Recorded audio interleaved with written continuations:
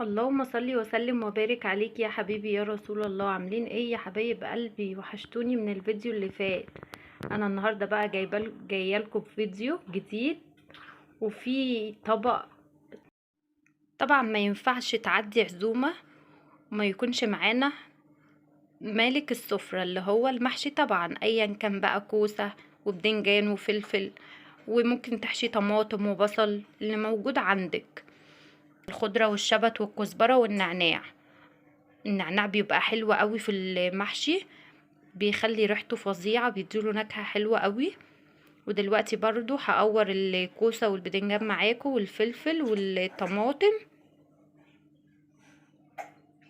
معلش بقى صوتي يزن ابني، طبعا هو صغير وهو جنبي.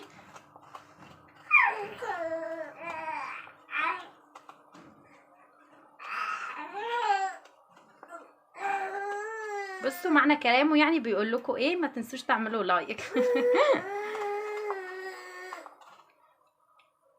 زي ما انتوا شايفين، بصوا انا مقوراها ازاي. بصوا،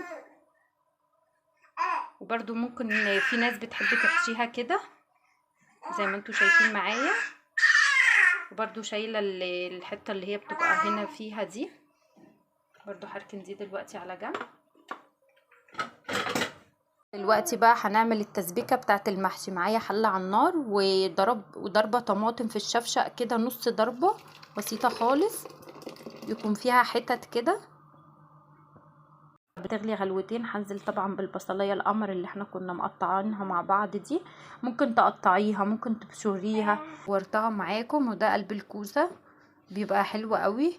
هقول لكم برضو هنعمل بيه ايه. كزبره، بابريكا، ملح، فص من الثوم مهروس كده، وحبه شطه حمراء، وهريسه شطه، وممكن كزبره ناشفه. بس زي ما انتم شايفين اتسبكت معايا. انا كان عندي الرز غسلاه ومصفياه، وهنزل عليه بيها كده زي ما انتوا شايفين. هديله ايه، تقلبتين بس، دقيقتين كده على النار. هدخل بقى المكونات دي كلها ببعضها كده. بجد طريقه المحشي دي بتبقى حلوه قوي، عايزاكم تجربوا الطريقه دي. وهنزل برضو بالخضره اللي انا كنت قاسمه نصها، هنزل بيها برضو كده زي ما انتوا شايفين معايا.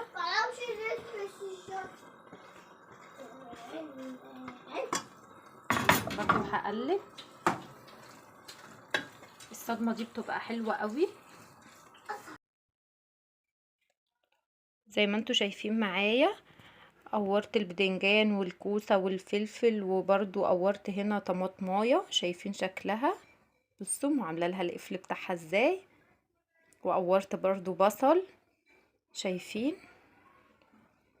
قورت فاكرين قلب الكوسه اللي احنا كنا عاملينه مع بعض، هنزل بيه كده. انزل برضو كده، هعمل للمحشي اللي احنا هنعملوه زي فرش كده في ارض الصينيه طبعا، وهبهرهم بحبه كمون. الطريقه دي حلوه قوي بجد. اصلا قلب الكوسه ده بتبقى انتي اصلا عايزه تسيبي المحشي ذات نفسه وبتاكلي ذمتكم، شكلها يفتح النفس. دي خلطه وصفتهم.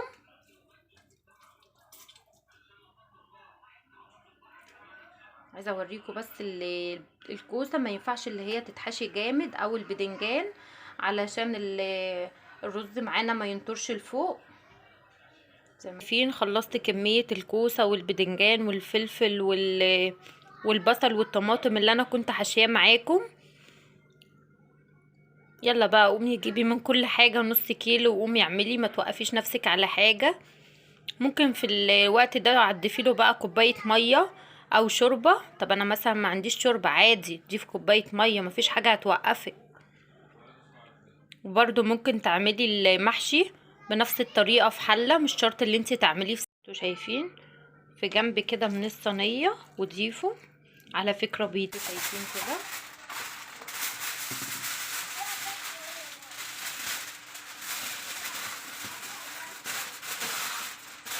برضو شايفين مستوي معايا ازاي؟ يعني ممكن تاكلوه كده عادي، مفيش اي مشكله. شايفين المنظر؟ بصوا شارب الميه كلها ازاي، كوبايه الميه اللي احنا حطيناها مع بعض بجد حلو قوي. عايزاك تجربيه بقى. انتوا شايفين المحشي اللي احنا عملناه مع بعض، وشايفينه لما حطيته على الشوايه ياخد لون، شايفين شكله ولا ريحته يا جماعه؟ بجد ريحته فظيعه.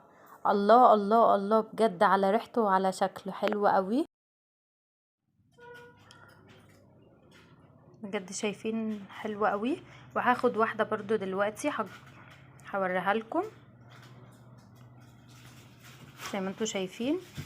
بصوا بصوا مستوي ازاي، بصوا لوز اللوز بجد.